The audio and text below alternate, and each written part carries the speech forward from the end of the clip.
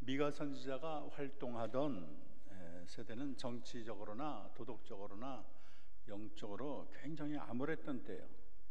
미가 선지자가 활동하던 BC 700년 전후 나라를 이끄는 지도층과 상류층은 완전히 부패하고 또 뇌물을 굉장히 즐겼습니다. 부자는 가난한 자를 학대하고 착취했고요. 백성들은 하나님을 떠나서 우상 숭배에 골몰을 했습니다. 또 종교 지도자들은 내 백성을 유혹하는 선지자도 부를 만큼 기대할 게 없었어요.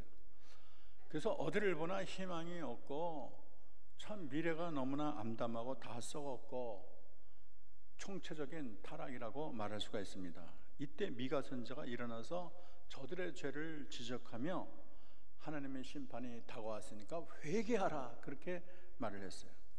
오늘 6절에 봤더니 내가 무엇을 가지고 여호와 앞에 나아가며 높으신 하나님께 경배할까, 그렇게 말을 하고 있어요.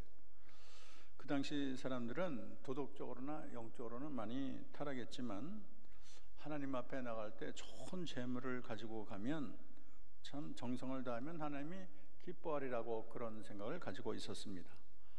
6절 하반절과 7절 상반절에 보면 내가 번제물로 1년 된 송아지를 가지고 그 앞에 나갈까, 여호와 앞에 천천의 순양이나 만만의 강물 같은 기름을 기뻐하실까, 이렇게 말을 했어요. 번제물로 최고로 여기는 것은 1년 된 송아지, 일반 사람은 이제 바치기 힘든 최상의 그런 번제물입니다.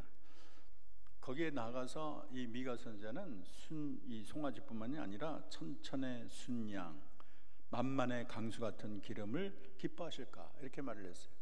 이것은 솔로몬의 일천 번제를 연상케 합니다. 일반인은 꿈도 꿀 수 없는 그런 제물이지요. 아마 이 정도 제물을 바치면 하나님이 감동하셔서 또 인간이 원하는 모든 소원도 들어주시고 또 수만 가지 죄악이라도 다 용서할 것 같습니다. 더 나아가 7절 하반절에 보면 내 허물을 위하여 내 맏아들을, 내 영혼의 죄로 말미암아 내 몸의 열매를 드릴까. 일부 이스라엘 백성들은 열심히 지나쳐서 자기 첫 아들을 바치려는 열정이 있던 것 같습니다. 당시에 이 자식을 제물로 드리는 관습이 이스라엘 역사를 보면 있었어요. 입다라는 사람은 자기 딸을 제물로 바쳤고요. 또 므낫세 왕이나 아하스 왕은 자기 아들을 불 가운데 지나게 했어요. 그러나 자녀를 제물로 바치는 것은 참 하나님이 엄격히 금했던 겁니다. 그것은 몰렉이라는 우상을 섬길 때 나오는 그런 악행이었어요. 레위기 18장 21절은 너는 결단코 자녀를 몰렉에 주어 불을 통과하게 하므로 내 하나님의 이름을 욕되게 하지 말라, 나는 여호와니라, 그렇게 말을 했어요.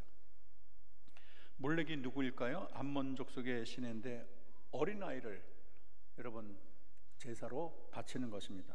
몰렉에서는 소머리에 사람 모습을 하고 이렇게 두 손을 딱 벌리고 있고 서 있거나 저렇게 여러분 사진에서 본 것처럼 저렇게 자리에 앉아 있어요. 그런데 그 몸과 단의 그 속이 텅 비어 있어서 제전에 있을 때 불을 지펴 가지고 몸을 아주 뜨겁게 달굽니다. 그러면 제사장은 어린아이를 받아다가 그 뜨거운 손에다가 올려놓는 거예요. 태워 죽이는 거죠. 아이들이 얼마나 까무라치게 소리 지르겠습니까? 그럴 때 북을 울렸다는 거예요. 그 소리가 이렇게 잘 들리지 않도록. 모세 때부터 바벨론 유수까지 900년 동안 선지자들은 계속 이 죄악을 경고했어요. 그리고 이 악행에 대한 무서운 심판이 있었습니다. 이렇게 우상의 관습에 익숙한 이스라엘 백성들은 아끼는 맏아들까지 제물로 바치면 하나님이 기뻐할 거라, 이런 착각을 가지고 있었는데 이것은 빗나간 열심이고 또 자식을 번제물로 드린다는 것은 굉장히 어리석고 악한 일이 아닐 수가 없어요. 오늘 미가 선지자는 강하고 또렷한 목소리로 하나님의 뜻을 전하는데 하나님이 기뻐하는 것은 1년 된 송아지가 아니다, 천찬의 순양이나 그런 만만의 그런 강물 같은 기름이 아니다, 허물을 위해서 내 맏아들을 원하거나 또 내 영혼의 죄로 몸의 열매를 요구하지도 않는다. 하나님의 본심을 잘 표현하는데, 그렇다면 하나님이 구하는 것이 무엇이고 하나님이 기뻐하는 게 무엇일까? 이 대답이 미가서 6장 8절에 잘 나타나 있습니다. 우리 큰 목소리로 다 다 같이 봉독하겠습니다. 시작. 사람아, 주께서 선한 것이 무엇임을 내게 보이셨나니 여호와께서 내게 구하시는 것은 오직 정의를 행하며 인자를 사랑하며 겸손하게 내 하나님과 함께 행하는 것이 아니냐, 그렇게 말을 했어요. 저는 이 말씀을 여러분의 신비에 아주 선명하게 새기기를 소원합니다. 첫째는 정의를 행하며 그랬어요. 정의라는 것은 바르고 고든 것을 말하고 정직하고 진실된 것을 말해요. 우리가 세상에서 무엇이 되느냐보다 중요한 것이 어떻게 사느냐, 이것이 참 하나님 앞에 중요한 것이 아닐 수가 없습니다. 천천의 순양이나 만만의 강물 같은 기름보다도 하나님은 정의를 좋아하세요.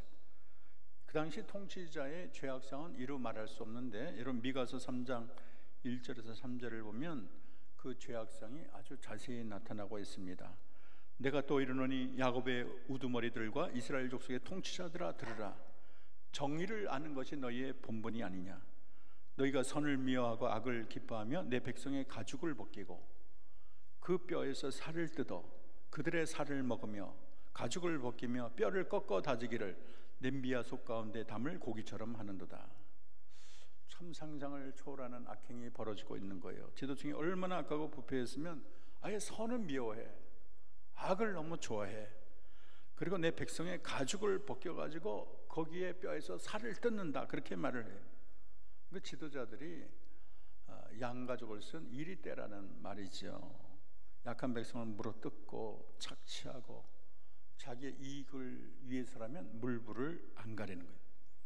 힘없는 연약한 백성들의 눈물을 나게 하고 고통과 아픔을 주는, 불의의 제물로 자기 배를 그렇게 채우고 있는 거예요. 저울의 눈금을 속여서 부당한 그런 이득을 취한다고 지적하고 있어요.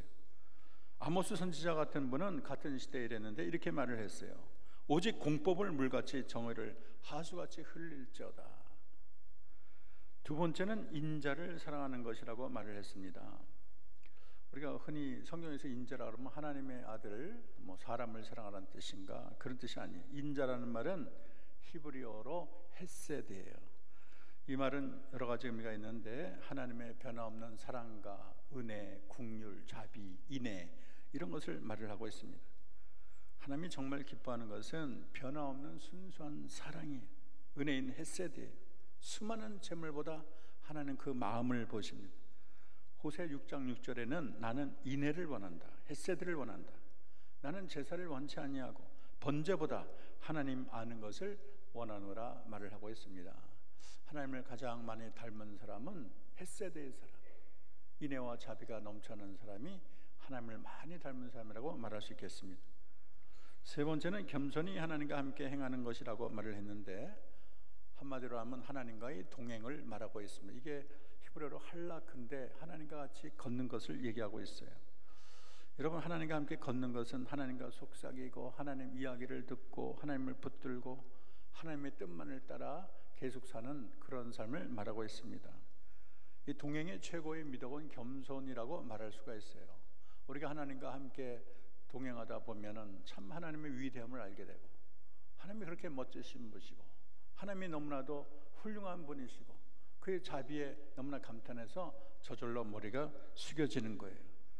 그래서 그와 동행하는 내가 신경 쓴 일은 겸손하게 하나님의 뜻을 살피는 것입니다.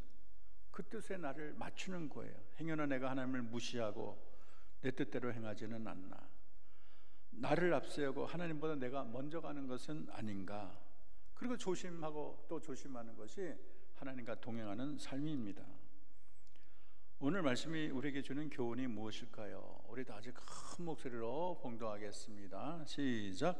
하나님은 형식적인 예배보다 삶의 변화를 원하십니다. 아무리 내가 11조를 많이 하고 봉사를 많이 하고 금식 기도를 많이 해도 진정한 회개가 없다면 하나님의 은혜가 우리에게 내릴 수가 없어요. 진정한 삶의 변화 없이 하나님의 축복이 다가오질 않습니다. 여러분, 다윗을 생각하면 다윗이 하나님 마음에 합한 자라고 얼마나 하나님이 칭찬을 했습니까? 그런데 그가지 치명적인 잘못을 했어요. 밧세바를 취하고 그 남편 우리아를 전쟁 가장 깊은 데서 놓고선 다 빠졌어요. 그래서 그렇게 죽게 만들었어요. 아무도 몰랐죠. 너무나 완벽한 계획이지요. 어떻게 보면 지능적인 범죄예요. 그런데 누가 보셨을까요? 하나님이 다 아시고 다 보셨어요. 하나님이 단단히 화가 났어요. 관계가 멀어졌습니다. 이때 하나님이 회초를 들었어요. 나단 선지자를 불러서 다윗을 엄하게 책망했습니다. 이때 다윗이 취할 바른 제사가 무엇일까요? 하나님, 내가 소 1000마리 드릴게요. 내가 하나님을 위해서 큰 성전을 지어드릴게요. 하나님, 뭐 내가 잘못은 했지만은 내가 수천 명을 1000일 동안이나 하나님을 계속 찬양하겠습니다. 이거 안 통하는 거예요. 여러분, 우리가 문제의 핵심을 우회해서는 안 돼요. 내가 큰 죄를 범해서 하나님이 화가 나 계신데 수천억의 재산을 드린들, 사회 구제를 많이 한들, 내가 40일 금식을 한들, 그게 무슨 소용이 있겠어요? 주님의 분노를 잠재우고 응어러진 마음을 푸는 길은 딱 하나예요. 그것은 진정한 회개고 악에서 돌아선 것입니다. 여러분, 인간관계도 마찬가지예요. 내가 잘못해서 정말 문제가 생겼으면, 아니 진솔하게 잘못했습니다, 다시는 안 그러겠습니다, 이게 가장 효과적이고 우선적인 일이 아니겠습니까? 우리가 하나님 앞에 설 때 변두리 처방이 아니라 근본적인 처방이 필요합니다. 내가 하나님 앞에 섭섭하게 한 것이 무엇일까 생각해야 되는 거예요. 하나님이 나단을 보내어 질책할 때 다윗은 변명하지 않았어요. 많은 신하가 있었지만 이 왕의 채통을 지키느라고 둘러대지 않았어요. 즉시 무릎을 꿇고 내가 여호와께 범죄하였나이다, 그렇게 말을 했어요.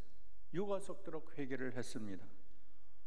시편 21편은 그 당시의 회개의 모습이 잘 나타나 있는데 이렇게 말을 합니다. 물은 나는 내 죄가를 아오니 내 죄가 항상 내 앞에 있나이다.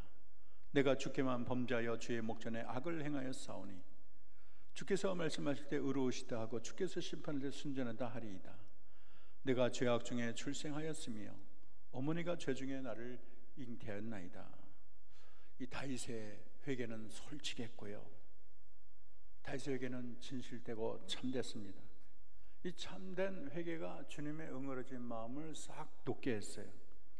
우리가 하나님의 관계에 있어서 문제 핵심이 어디 있는가를 잘 파악하는 게 중요합니다. 어디서 내가 어긋났을까? 어디서 얽혔을까? 그 핵심을 알고 그 얽힌 것을 푸는 게 중요한 거예요. 진정한 회개 없이 어떻게 하나님의 은혜가 임하겠습니까? 우리가 하나님 앞에 바로 서는 것이 중요합니다. 우리 개인이, 가정이, 교회가, 이 나라가 하나님 앞에 바로 설 때 위로부터 하늘의 축복이 내려오는 거예요. 현대 많은 신앙인들은 기본적으로 일주일에 한 번 주일 성수하면 나는 그래도 괜찮은 크리스찬이라고 생각합니다. 어떤 분은 11조 하면 나는 대단한 크리스찬이라고 생각을 해요. 여러분, 그렇지 않아요. 우리는 그보다 하나님 앞에 내가 하나님이 서운하게 하는 것은 없는가, 이거를 살펴야 되는 것입니다. 아직도 내가 움켜잡는 죄악은 없을까? 주님이 진정 원하는 것은 우리의 진심 어린 회개입니다. 하나님이 뭔가 화가 나 있어요. 죄악 때문에 하나님과 나 사이가, 관계가 깨지고 있어요. 돌아서야 되는 거예요. 그때는 천천의 순양이 중요한 게 아니고 만만의 강물 같은 기름이 중요한 게 아니에요. 많은 헌금을 그렇게 원하는 것도 아니고, 여러분 가진 것이 없어도 하나님 앞에 진실되게 거룩하게 바로 서는 것이 중요합니다. 안타까운 일은 주님이 피 흘려 놓은 속죄의 그런 은혜가 값싼 은혜로 전락하고 있다는 데 있습니다. 만약에 하나님이 여러분에게 내 아들을 십자가에 달려서 피를 흘렸는데 너희들을 위해서 딱 3번만 죄를 용서하겠다, 3번 넘어가면 끝장이다, 삼진 아웃, 3번 이상 4번째 죄면 너희 지옥 간다, 그러면 어떡하겠어요? 이 속죄의 은혜를 천금만금처럼 얼마나 귀중하게 여기겠어요? 이것이 내 지옥 갈 영혼을 건져줄 세계의 기회니까 얼마나 소중히 하겠어요? 근데 우리 주님의 은혜가 7번씩 7번씩 계속 나오니까 이 보혈이 귀한 줄을 몰라요. 죄를 두려워하질 않아요. 염소 1마리 갖다 주면 되지, 뭐 소 1마리 갖다 주면 되지, 죄를 별로 무섭게 생각하지 않고 죄를 지을 때 벌써 용서를 전제하고 죄를 져요. 제가 금요일 날 설교를 했는데 앱스타인 이야기가 참 우리가 생각할 게 많아서 한번 다시 얘기하겠습니다. 지난 10일 8월 미성년자 성매매로 기소된 억만장자 제프리 앱스타인이 교도소에서 자살했어요. 미국이 발칵 뒤집혔습니다. 발견하고 보니까 교도소 감방에서 목을 메고 숨진 상태로 발견돼서 미국이 충격에 휩싸였습니다. 앱스타인은 자수성가한 억만장자예요. 1400평 7층짜리 뉴욕의 최고의 맨하탄 호화 저택에 살았고, 플로리다 팜비치에 호화 빌라를 가지고 있고, 파리의 개선문 앞에 최고의 부촌 주택을 갖고 있어요. 최근까지 거기서 살았다 그래요. 뉴멕시코 스탠리에는 1200만 평에 달하는 목장을 가지고 있고, 또 버진 아일랜드 세인트 토마스 섬에는 꼬마 세인트 제인스 섬이라는 개인 소유의 샘이 있고, 저기에 사진에 보듯이 호화 저택이 있고 게스트룸을 가지고 있습니다. 앱스타인이 개인이 가지고 있는 비행기가 있어요. 보잉 727, 1년의 비행시간이 600시간. 파티가겐 그런 앱스타인이 유명 인사를 클린턴 대통령도 굉장히 많이 탔다 그래요. 그래서 이는 사교계의 슈퍼스타예요. 트럼프, 클린턴의 절친이고, 영국 앤드류 왕자, 사우디 아라비아 무하마드 빈 살만 왕세자, 세계적인 그런 명성을 갖고 있어요. 빅토리아 시크릿의 주인과도 굉장히 친밀한 관계라고 들었어요. 앱스타인은 2002년에서 2005년 플로리다 뉴욕 자택에서 미성년자 20명을 상대로 성매매를 알선한 혐의로 지난달 6월에 체포됐습니다. 2008년에는 최소 36명의 미성년자 대상으로 성매매를 해서 종신형의 위기에 있다가 간신히 풀려났어요. 근데 이번에 이 죄가 확정되면 최장 45년이 예고된 상황이었어요. 왜냐하면 미국은 미성년자 이 성범죄를 무섭게 철퇴를 내려요. 종신형을 때리는 나라가 미국이에요. 그래서 이 사람이 1000억을 주겠다, 내가 보석을 좀 해달라. 보석이라는 게 죄 용서가 아니고 잠깐 풀려나는 거예요. 뭐 아프거나 이럴 때 잠깐 풀려나요. 병보석 그러잖아요. 근데 그나마도 허락이 안 됐어요. 이분이 너무 재산이 많고 세계 도처 재산이 깔려있기 때문에 도망갈 여지가 있다고 허락을 안 했어요. 그러자 그는 자살하고 말았습니다. 차라리 이분이 옛날에 교사를 했는데 참 돈을 안 벌었으면 도와줬을 뻔했다, 이런 생각이 듭니다. 너무 돈이 많으니까 쾌락의 눈을 들리고 미성년자들에게 그렇게 빠져가지고 참 불나비의 비참한 말로입니다. 근데 여러분 생각해 보세요. 보석 받는데 1000억이라는데 1000억이 우리는 상상도 못하는 돈이에요. 여러분 뭐 10대가 뭐 20대가 다 벌어도, 여러분 자자손손 벌어도 1000억을 못 모을 거예요. 그런데 세상에는 1000억을 내도 보석조차 못 받는 일이 허다합니다. 근데 생각해 보세요. 제사를 드리면 하나님이 사죄한다니 얼마나 편리한가요? 요즘엔 더 편리해요. 뭐 소나 양을 잡을 필요가 없어요. 그리스도 보혈이 모든 죄를 사한다니까. 불타는 지옥에 안 갈 수가 있고, 얼마나 놀랍고 얼마나 대단합니까? 문제는 그리스도의 보혈이 있으니까 사람이 너무나 쉽게 죄를 짓는 게 문제예요. 회개하면 되지. 하나님이 나를 사랑한다는데 용서해 줄 것을 믿고 죄를 져요. 그래서 주님이 보혈을 흘려 이루신 그 구속의 은혜가 남용되고 있어요. 오늘날은 하나님이 가벼워지는 세대라고 그렇게 비판가들이 그렇게 지적하고 있습니다. 데이비스 웰스라는 사람이 황무지에 계신 하나님이라는 책에서 말을 하는데 이렇게 말을 하고 있습니다. 하나님은 가볍습니다. 하나님은 그리 중요한 분이 아닙니다. 하나님은 우리 시대를 수놓는 여러 중요한 특색들 가운데 하나입니다. 사람들은 이렇게 말을 합니다. 나는 하나님을 믿습니다. 그러나 솔직히 말해서 하나님은 텔레비전보다는 덜 재미있습니다. 나는 10계명을 믿습니다. 근데 한번 대보라 하면 나는 서너 계명만 대볼 수 있습니다. 그렇습니다. 하나님은 점점 가벼워지고 있습니다.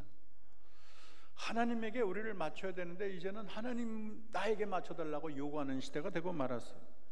하나님을 두려워하고 그분의 뜻을 그렇게 따르기보다는 요술램프의 진이처럼 내가 왕이야, 하나님 내 뜻을 좀 들어달라 요구하는 시대가 됐어요.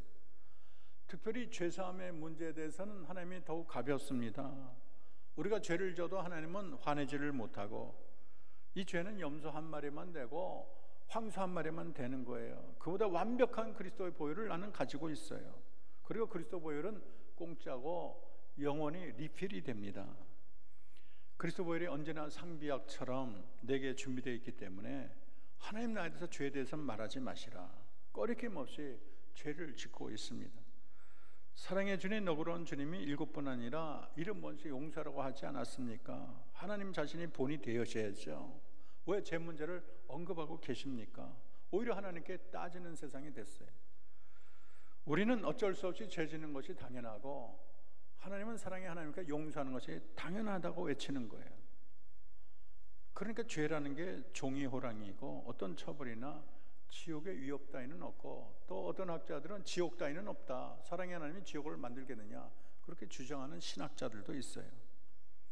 하나님의 깊은 고민이 여기서 시작되는 거예요. 무한히 흘리는 보혈이 있어야 내 백성이 구원을 얻겠고, 근데 보혈이 있다고 사람인 죄에 대해서 너무 무디어지고 죄를 우습게 여기니 하나님이 진퇴양난이에요.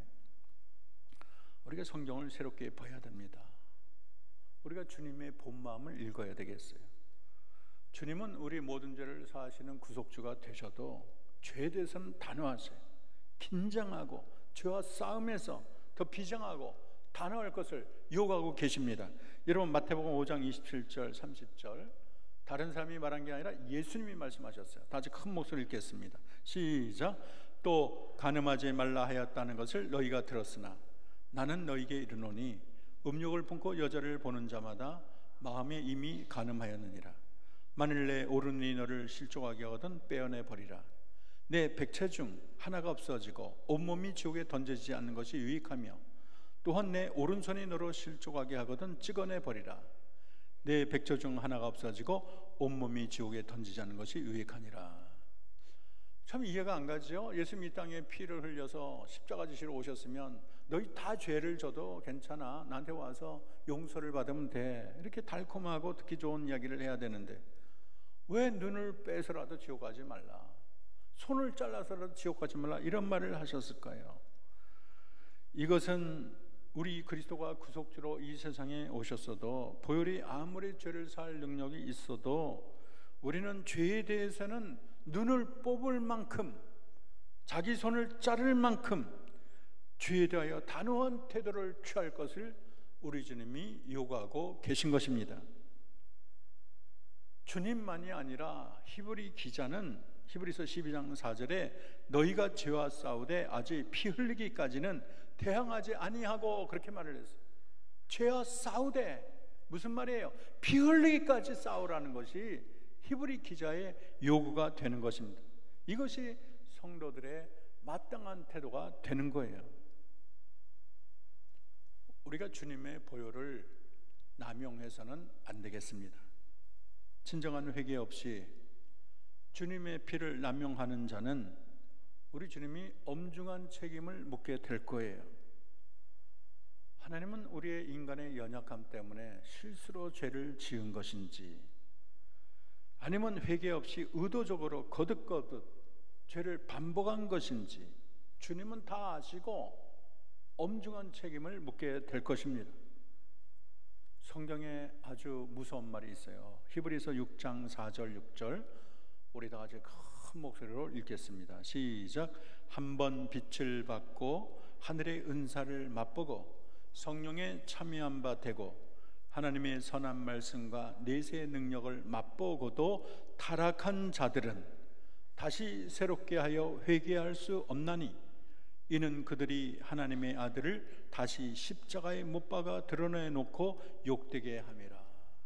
구원의 은혜를 누린 자가 이렇게 고의적으로 죄를 반복해서 짓고 타락하게 되면 예수님을 또다시 십자가에 못 박게 되는 그런 치명적인 죄를 진다고 경고하고 있는 것입니다. 여러분은 어떠신가요? 시시각각 현란한 수많은 죄 유혹 앞에서 단단히 죄와 결투를 하고 계십니까? 또 히브리 기자처럼 피 흘리기까지 죄와 전쟁을 벌이고 있습니까? 우리 다시 느슨해진 우리의 옷매매수를 다듬어야 되겠습니다. 내 삶의 은밀히 무너지고 있는 영역은 없는지, 아직도 죄악의 유혹에서 벗어나지 못하는 나는 아닌지 살펴봐야 되겠습니다. 주일날 교회 온다고 다 구원받는 것은 아니에요. 많은 헌금을 다 바친다고 밤새 철야 기도한다고 다가 아니에요. 아침부터 저녁까지 헌신한다고 다가 아닌 거예요. 선행과 구제를 하늘처럼 쌓았다고 다가 아니에요. 아직도 내가 움켜쥐고 빠져있는 죄악이 있다면 돌아서야 되는 거예요. 반복적인 죄, 의도적인 죄에서 반드시 돌아서야 합니다. 끊을 것은 끊어야 되는 거예요. 아직도 여러분 중에, 여러분의 또 친구들, 여러분 가족 중에 아직도 술집을 1차, 2차, 3차 가는 자가 있습니다. 여러분의 자녀들이나 또 여러분의 형제들 중에도 또 여러분 가운데 불빛이 반짝이는 나이트클럽이나 은밀한 환락의 장소에서 아무도 모르니까 발걸음을 계속하는 자가 있습니까? 여러분 밤새 컴퓨터의 은밀한 영상을 보며 즐기는 자들이 있습니까? 세상의 유혹과 정욕으로부터 십자가로 돌아서야 될 줄로 믿습니다. 우리 모두 주어진 구원에 만족하지 않고 구원 그 이후 하나님의 백성됨인 거룩한 길로 나가야 될 줄로 믿습니다. 하나님이 우리에게 구하는 것은 어떠한 열심이나 헌신보다도 오직 정의를 행하며 인자를 사랑하고 겸손히 내 하나님과 함께 행하는 것이라는 것을 우리는 숨지는 그날까지 잊어서는 안 될 줄로 믿습니다. 기도하겠습니다. 사랑의 하나님, 오늘 성도들이 형식적인 예배나 밖으로 보이는 겉모습보다 우리의 삶이 거룩으로 나가게 하옵소서. 겉으로 드러나는 열심이나 헌신보다 우리들의 내면을 새롭게 하사 오직 정의를 행하며 인자를 사랑하며 겸손하게 하나님과 함께 행하는 우리 모두가 되게 하옵소서. 예수님의 이름으로 기도합니다. 아멘.